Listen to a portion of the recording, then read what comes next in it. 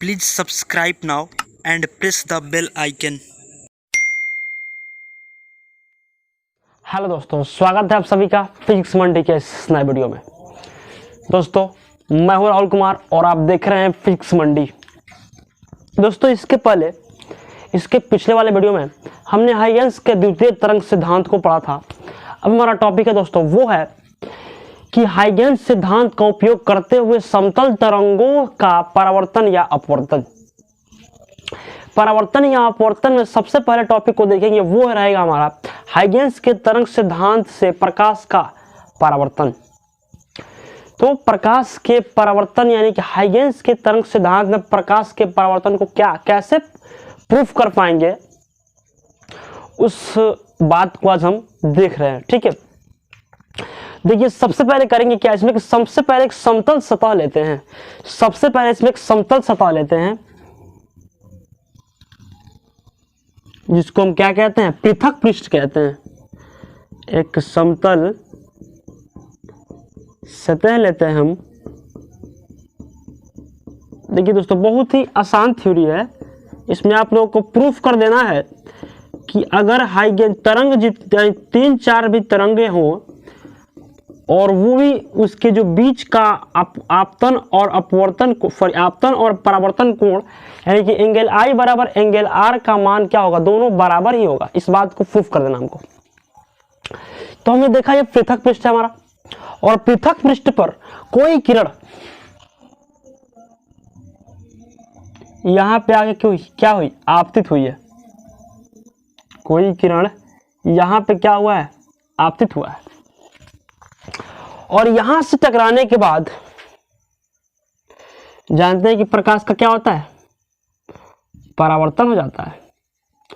तो यहां पे टकराने के बाद ये जो किरण हमारी, वो किरण ऐसे निकल गई। ठीक है, और इसके बीच हमने क्या, एक अभिलंब खींच लिया। एक अभिलंब हम डाल लेते हैं, इसके बीचों बीच एक क्या करते हैं हम, अभिलंब डाल लेते हैं। इसके बीचों बीच हम क्या करेंगे, इसको थोड़ा बड़ा कर लेते हैं ताकि आसानी पूर्वक हम क्या कर सकें, समझ सके। इसके बीचों बीच हमने क्या किया, अभिलंब डाल लिया। ये हमारा अभिलंब है N1, इसको N कर देते हैं, सिर्फ N। ठीक है, एक किरण में भेज दिया। अब देखेंगे कि दूसरी जो किरण है इसी समतल सतह पर क्या हो रही है, आपतित हो रही है। यहाँ ये दूसरी जो किरण है हमारी, इसी सतह पे क्या हो रही है दोस्तों, आपतित हो रही है इसी सतह पे। और यहां से टकराने के बाद ये भी किरण क्या करेगी, इधर की तरफ भाग जाएगी। ये भी किरण जो हमारी इधर की तरफ क्या हो गई, निकल गई। देख लिया हमने कि ये जो किरण आ रही थी इस बिंदु पर, तो ये आने वाली किरण जो होती है वो आपतित किरण होती है, और टकरा कर जाने वाली किरण जो होती है वो परावर्तित किरण होती है। और यहां भी हम क्या करेंगे, एक अभिलंब खींच लेंगे। इसके बीच भी हम क्या करेंगे, एक अभिलंब ले लेंगे जिसको हम नाम देते हैं N1। ठीक है, ये हमने काम किया। पहला किरण ये भेजे हम, दूसरा किरण ये भेजे, अभी भी टकरा के इधर गई, अभी ये भी टकरा के कहां जाएगी, इधर जाएगी। अब देखिए करना क्या है कि इस बिंदु पर ये जो हमारा आपतित किरण है इस पे हमको क्या चाहिए, ऐसी कोई किरण लेंगे जो किरण इस पे क्या हो जाए, लंब हो जाए। देखिए, तो ये जो किरण गई ऐसे, क्या यहां से क्या, यहां पे हमें क्या करेंगे, किरण लेंगे जो 90 का कोण बनाती हो, जो हमारा 90 का कोण बनाती हो, एकदम 90 का कोण ही क्या करता हो, बनाता हो। इस पे ऐसा हम किरण लेंगे कि जो इस यहां पे क्या करे, 90 का कोण बनाए और इस पे क्या हो, वो लंब हो। तो वो हम किरण यहां पे एक ऐसे लेंगे हम, जो हमारा क्या उस पे लंब हो। इसको थोड़ा और दूर कर लेते हैं ताकि आसानी पूर्वक क्या हो जाए, समझ में आ जाए। ऐसे लेंगे। अब इसके बीच का जो कोण होगा वो हमारा 90 होगा। इसके बीच जो कोण होगा वो 90 डिग्री का होगा। एक हमने किरण पे क्या किया, आपतित किरण भेज लिया। फिर परावर्तित किरण पे भी ऐसे कोई किरण लेंगे जो क्या हो, लंब हो। इस पे भी क्या करेंगे, ऐसी कोई किरण लेंगे जो क्या हो, इस पे हमने देखा क्या कि यानी कि यहाँ से इस बिंदु को हम ले लेते हैं, इसका नाम देते हैं ए, और यानी कि इसका नाम देते हैं हम लोग बी कर लेते हैं, और यहाँ पे इस वाले रिजल्ट को, यहाँ पे जो हमारा 90 लिखे हैं, इस वाले रिजल्ट को हम सी कर लेते हैं। और इस यानी कि अब देखिए यहाँ तक सी किया हमने। अब एक काम करेंगे, इस बिंदु से हमने इस पे क्या किया, लंब लिया, यानी कि ये किरण पे, और इस किरण पे इस बिंदु से क्या करेंगे, अब लंब लेंगे। यहाँ से इस किरण पे क्या करेंगे हम लोग, लंब लेंगे। देखिए यहाँ से इस बिंदु पर हम क्या कर लेंगे, लंब लेंगे। लंब लिया हमने, फिर ये भी जिसका कोण होगा वो भी कितना होगा, 90 ही होगा। ठीक है, ये हमने काम किया है। अब यहाँ जो है हमारा, इसको हम डी करते हैं, इस वाले रिजल्ट को हम डी करते हैं। और देखिए ये जो हमारा परावर्तक सतह है, इस परावर्तक सतह को हम एम डैश करते हैं। ठीक है, यहाँ से इस किरण को हम नाम देते हैं पी, इसको हम पी क्यू, और इसको आर कहते हैं, और इसको एस कहते हैं। हमने नाम दिया सबका नाम दे दिया हमने। एक बिंदु का हमने नाम नहीं दिया, वो बिंदु ये है, तो इस बिंदु का नाम हम करते हैं ओ कर लेते हैं। ठीक है, इस बिंदु का ऐसे कर लेते हैं हम। यहाँ पे बी करते हैं, यहाँ पे बी करते हैं, और यहाँ सी करते हैं, ऐसे। ठीक है, अब देखिए ये हमारा फिगर था कि ये कुछ नहीं है, ये किरण एक किरण भेजे हमने यहाँ से यहाँ तक। अब ये परावर्तन के बाद भागी इधर, फिर दूसरा किरण भेजेंगे, ये भी किरण परावर्तन के बाद भागी इधर। अब हम किए क्या है इसमें कि यहाँ से अभिलंब तो लिए हैं, तो सबको पता है कि अभिलंब लेते हैं बीच में हम लोग, लेकिन यहाँ पे किए क्या है कि ये जो है हमारा ये किरण, इस किरण पे हमने क्या किया, इस बिंदु से लंब डाल दिया, और इस किरण पे इस बिंदु से क्या किया, लंब डाल दिया। दोनों का जो कोण होगा वो 90 ही होगा। अब देखिए यहाँ से यहाँ तक को हम लोग क्या कहते हैं, आई कहते हैं।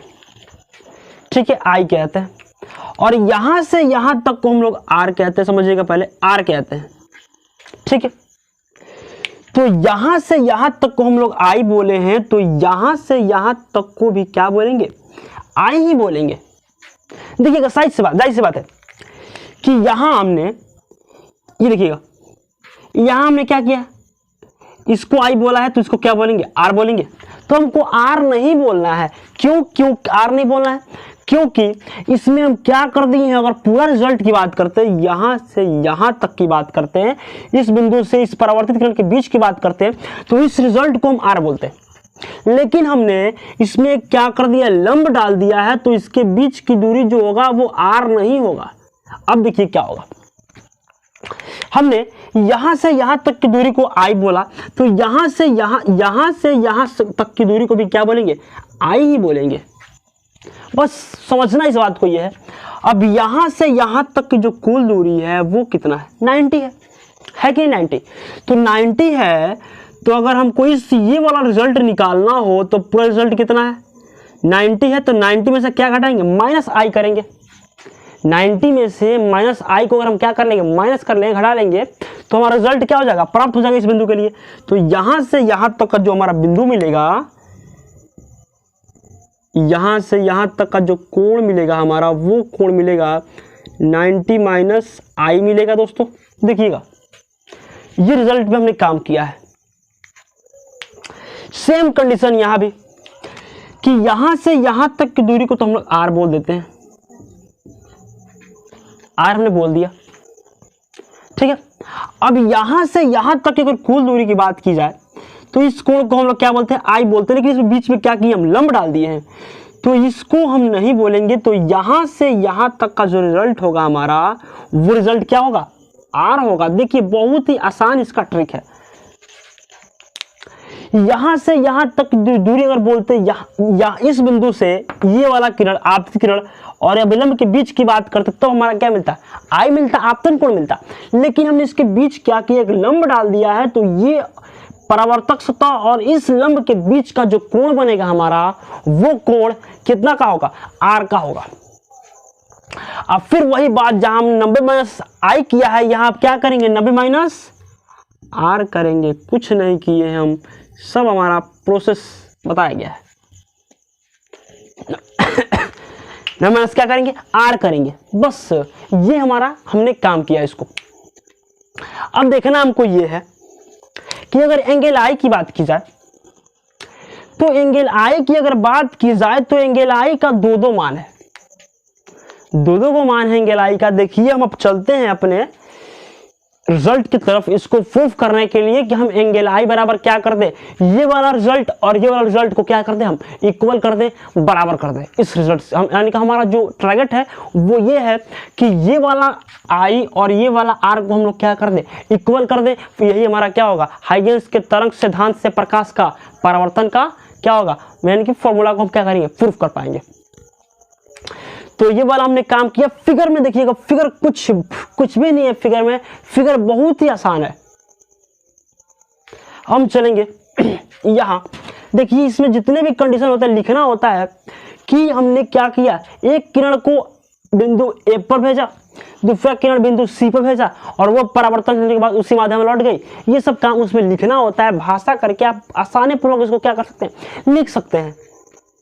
इसमें कौन कौन सा काम हम किए हैं आप खुद से तो लिख सकते हैं आसानी पूर्वक से। हम चलेंगे अपने टॉपिक की तरफ। तो यहां देखिए, अगर एंगल आई की बात की जाए तो एंगल आई का वैल्यू यानी कि एंगल आई का नाम दे अगर तो क्या मिलेगा हमारा, PAN मिलेगा कि नहीं दोस्तों। अगर एंगल आई की बात की जाए तो PAN, तो एंगल यहां हम लोग यहां PAN, एंगल PAN बराबर क्या है दोस्तों, आई है हमारा। देखिएगा PAN बराबर क्या है, आई है। एंगल आई करते हैं इक्वल। देखिए यहां भी क्या है हमारा, देखिएगा फिर से, तो CAB चाहे BAC बराबर क्या है, BAC बराबर भी हमारा क्या है, एंगल आई है। देखिएगा बहुत ही आसान है दोस्तों। यहां हमने इस वाले रिजल्ट की बात किया, फिर इस वाले रिजल्ट की बात किया, फिर उसमें भी करेंगे एंगल आर का जो वैल्यू है उसको लिखेंगे। तो वो इसको थोड़ा हम बड़ा करके लिख देते हैं, एंगल PAN इक्वल टू आई है, एंगल आई करते हैं इक्वल टू, फिर हमारा क्या है BAC, तो एंगल BAC बराबर क्या मिलेगा दोस्तों, हमारा वो भी क्या मिलेगा, आई के बराबर मिलेगा। इसलिए हम एक ही आई के बदले दोनों एंगल को क्या कर दिए, लिख दिए। फिर हम चलेंगे पुनः दूसरे माध्यम में, दूसरे वाले रिजल्ट पे चलेंगे। तो देखिए, तो इसका नाम क्या है, आर का नाम, तो N1 ये, ठीक है।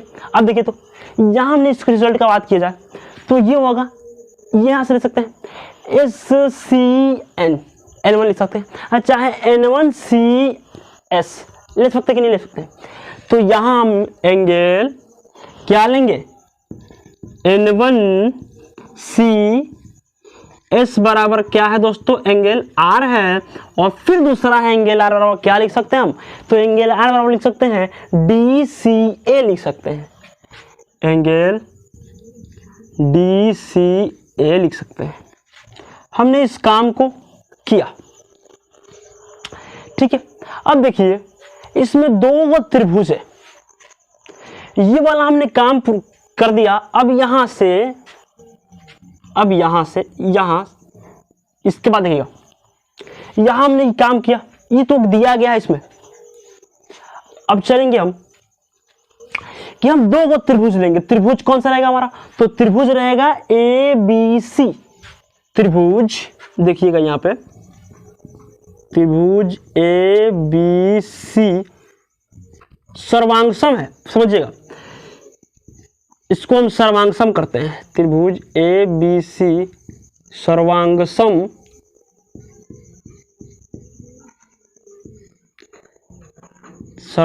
है किसके जी, तो वो त्रिभुज है। देखिए, तो त्रिभुज जो हमारा था क्या था, ABC सर्वांगसम है किसके, तो त्रिभुज ADC के। हमने देखा क्या कि जो हमारा त्रिभुज है ए बी सी वो सर्वांगसम है किसके, तो ए डी सी के सर्वांगसम है, क्योंकि दोनों का जो हमारा आधार है सेम ही है। देखिए तो है कि नहीं, तो हमने सर्वांगसम लिया क्या, ए डी सी, त्रिभुज ए डी सी हमने सर्वांगसम लिया इन दोनों त्रिभुज को। इसको हम थोड़ा सा घेर लेते हैं ताकि हाईलाइट हो जाए और आप लोग इसको आसानी पूर्वक क्या कर सकते हैं, देख सके। ठीक है, हमने इस काम को ये किया कि जो हमारा एंगल ए बी सी जो है वो सर्वांगसम है किसके, तो त्रिभुज ए डी सी के सर्वांगसम है। और दोनों में हमारा जो त्रिभुज, दोनों त्रिभुज में जो हमारा भुजा है वो सी हमारा क्या है, उभयनिष्ठ है। दोनों माने कि दोनों त्रिभुज में, दोनों त्रिभुज में उभयनिष्ठ जो भुजा है हमारा, उभयनिष्ठ भुजा कौन सा है दोस्तों, देखिए तो दोनों त्रिभुज में उभयनिष्ठ जो है हमारा क्या है, एसी है। तो दोनों त्रिभुज में जो उभयनिष्ठ है ये क्या है हमारा, एसी है। उभयनिष्ठ भुजा एसी है, इस बात को हमने लिखा। अब देखिए इस वाले त्रिभुज में, इस वाले त्रिभुज में एंगल बी कितना है, 90 का है, और इस वाले त्रिभुज में एंगल डी कितना का है, 90 है। तो दोनों त्रिभुज तो बता दें कि सर्वांगसम है, और इसका जब दो कोण क्या हो गया, बराबर हो गया, तो बाकी सारे जितने भी कोण होंगे क्या होंगे, बराबर होंगे।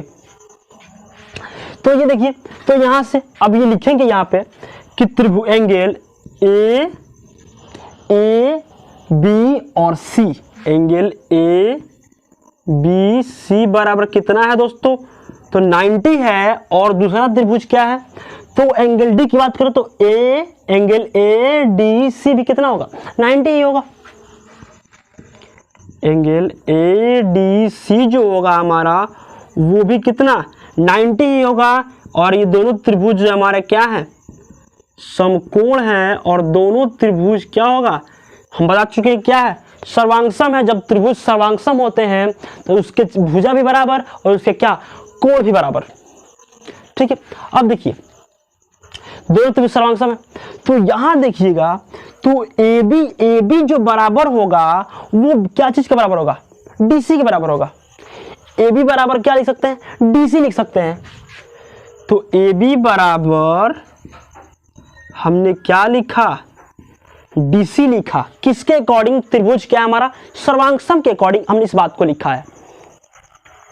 अब देखिए यहां से हमने इस बात को लिख लिया है। अब देखिए ये वाले त्रिभुज की, अगर त्रिभुज एबीसी की बात की जाए तो इसके दोनों भुजा, यानी कि इसके ये भुजा और इसके ये भुजा, इसके ये भुजा ए बी और इसके ये डीसी भुजा इक्वल है। दोनों क्या है, इक्वल है।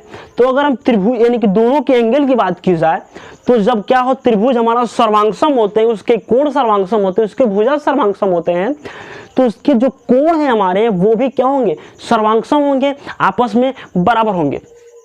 यही हमारे इतना कहने का मतलब था।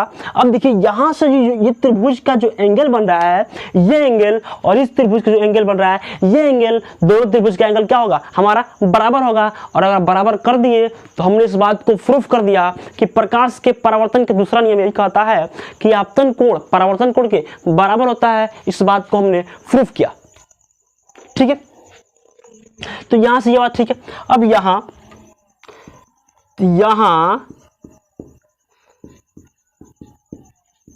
त्रिभुज सर्वांगसम होने के कारण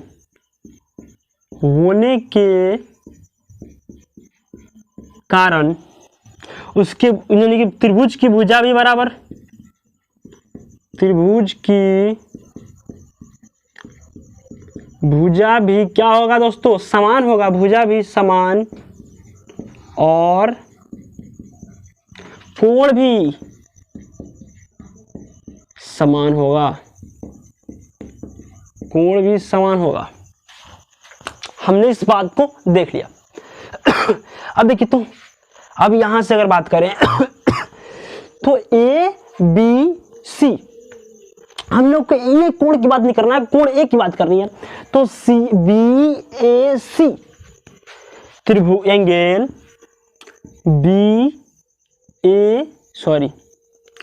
त्रिभुज B A C equal to क्या होगा, त्रिभुज D C A angle D C A. अब देखिए इस एंगल का नाम क्या है, एंगल आई, और इस एंगल का नाम क्या है, एंगल आर है दोस्तों। तो इस बात को हमने किस में जाना है, तो ये बात जो हमारा क्या होता है, प्रकाश के परावर्तन का दूसरा नियम होता है। तो हमने प्रकाश के परावर्तन से इस बात को प्रूफ किया, ये बात हमने प्रूफ किया। अब देखिए तो ये वाला रिजल्ट हमको जो प्राप्त हुआ है प्रकाश के परावर्तन से प्राप्त हुआ है। तो यहाँ इस बात को लिखना चाहते हैं और इस बात को हम लिख देते हैं यहाँ पे कि एंगल आई बराबर एंगल आर प्रकाश के परावर्तन के दूसरा नियम को पालन करता है। इस बात को हमने लिखा।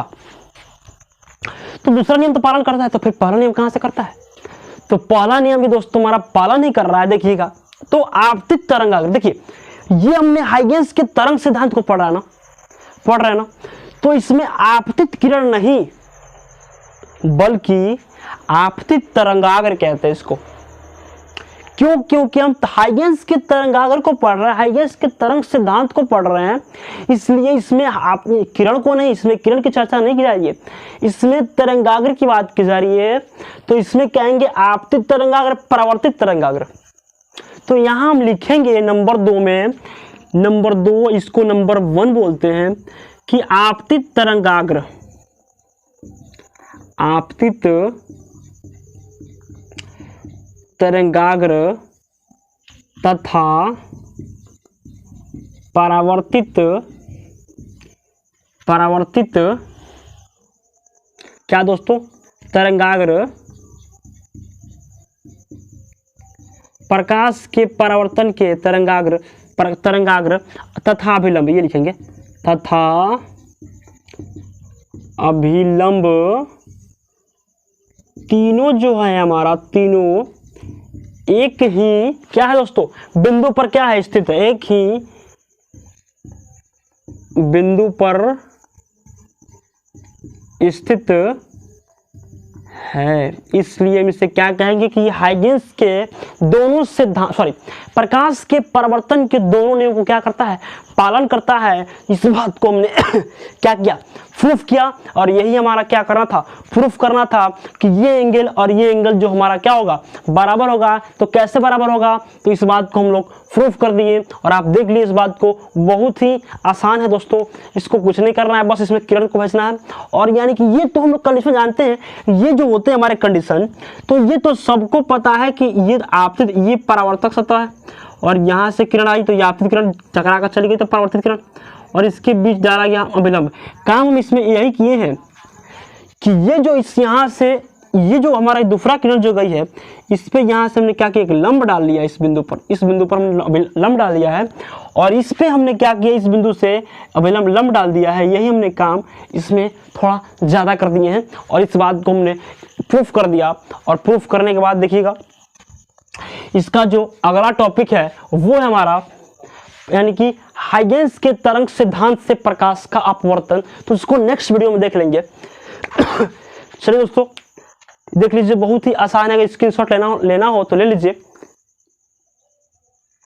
तो चलिए देखा जाए। अब देखिए यानी कि ये टॉपिक हमने देख लिया, बहुत ही इजीली तरीके से इसको देखे हैं, बहुत ही आसान है दोस्तों, इसको कुछ नहीं करना है, बस ये हमने इसको प्रूव किया। अगर आप लोगों को मेरा वीडियो अच्छा लगा हो तो प्लीज़ मेरे वीडियो को लाइक करें और मेरे चैनल को अभी तक सब्सक्राइब नहीं किए हैं तो प्लीज़ मेरे चैनल को सब्सक्राइब करें और कमेंट करके बताएं कि आप लोगों को मेरा वीडियो कैसा लगा। मिलते हैं आपसे नेक्स्ट वीडियो में, तब तक के लिए धन्यवाद। Please subscribe now and press the bell icon.